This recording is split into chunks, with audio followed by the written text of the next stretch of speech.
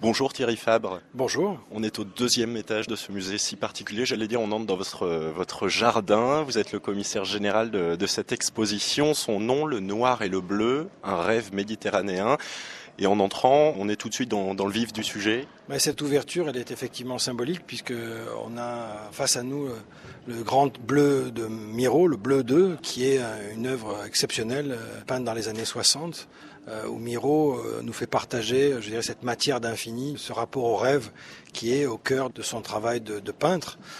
Et en même temps, il dialogue, il interagit avec les gravures de Goya, avec un caprice, le fameux Le songe de la raison produit des monstres, et puis trois gravures des désastres de la guerre, où Goya montre je dirais, l'envers des lumières, d'où le noir et le bleu.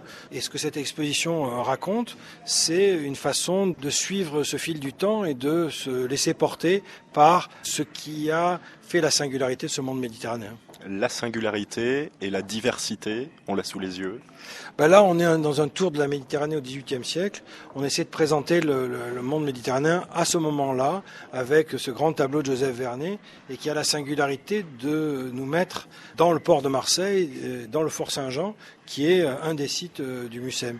Et puis l'autre grand tableau de cette partie-là, qui est le tableau de Casanova sur l'Empire ottoman, qui est la grande puissance au XVIIIe siècle qui fait de la Méditerranée. Avec une attention toute particulière à ne pas laisser un regard franco-français ni occidental être dominant. Je pense que c'est ça un peu la singularité d'un musée du XXIe siècle, c'est de permettre de décentrer le regard, d'aller de l'autre côté du miroir. Par exemple, sur la conquête de l'Égypte, on va dans la maison d'El-Gabarti, qui a écrit le journal d'un notable du Caire, et qu'on peut s'entendre, on peut même s'asseoir dans une représentation de la maison d'El-Gabarti pour écouter comment Al-Gabarti racontait la conquête de l'Égypte en arabe et en français. On l'a traduit en français.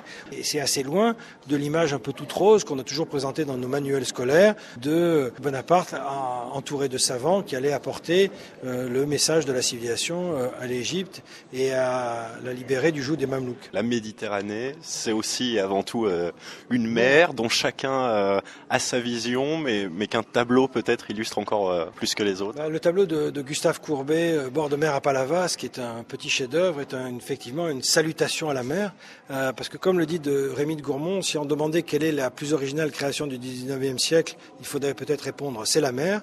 On invente la mer, c'est-à-dire que avant la mer faisait peur, on ne s'y baignait pas, il n'y avait évidemment pas de plage. On a par exemple à travers ce tableau de Courbet, comme en écho des images, des photos formidables de Gustave Legré et des extraits des premiers films, des films Lumière, on voit les premiers bains de mer, comme les premiers voyages. Avec en filigrane de votre exposition la volonté d'associer les époques, d'associer aussi le type d'œuvres, de documents. Oui, il y a des effets ricochets, mais on ne s'interdit pas d'avoir des œuvres contemporaines qui permettent de raisonner et de découvrir les choses autrement. Par exemple, la vague d'Yves Klein, qui est une belle évocation du bleu, de ce bleu Klein inventé à partir du ciel de Nice, ou de Malcolm Morley, Berceau de la civilisation avec femme américaine, qui est un tableau très ironique. Donc c'est l'évocation de ce moment qu'on a appelé bleu tourisme, noir mafia.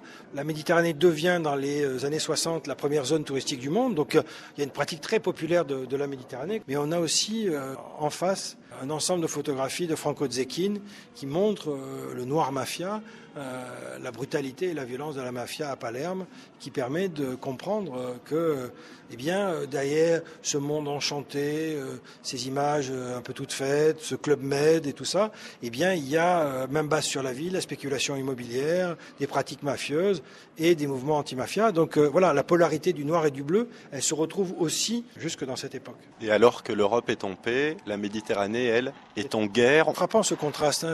La première moitié du XXe siècle, l'Europe est à feu et à sang. Après 45, c'est la Méditerranée qui va devenir un lieu de très grande violence.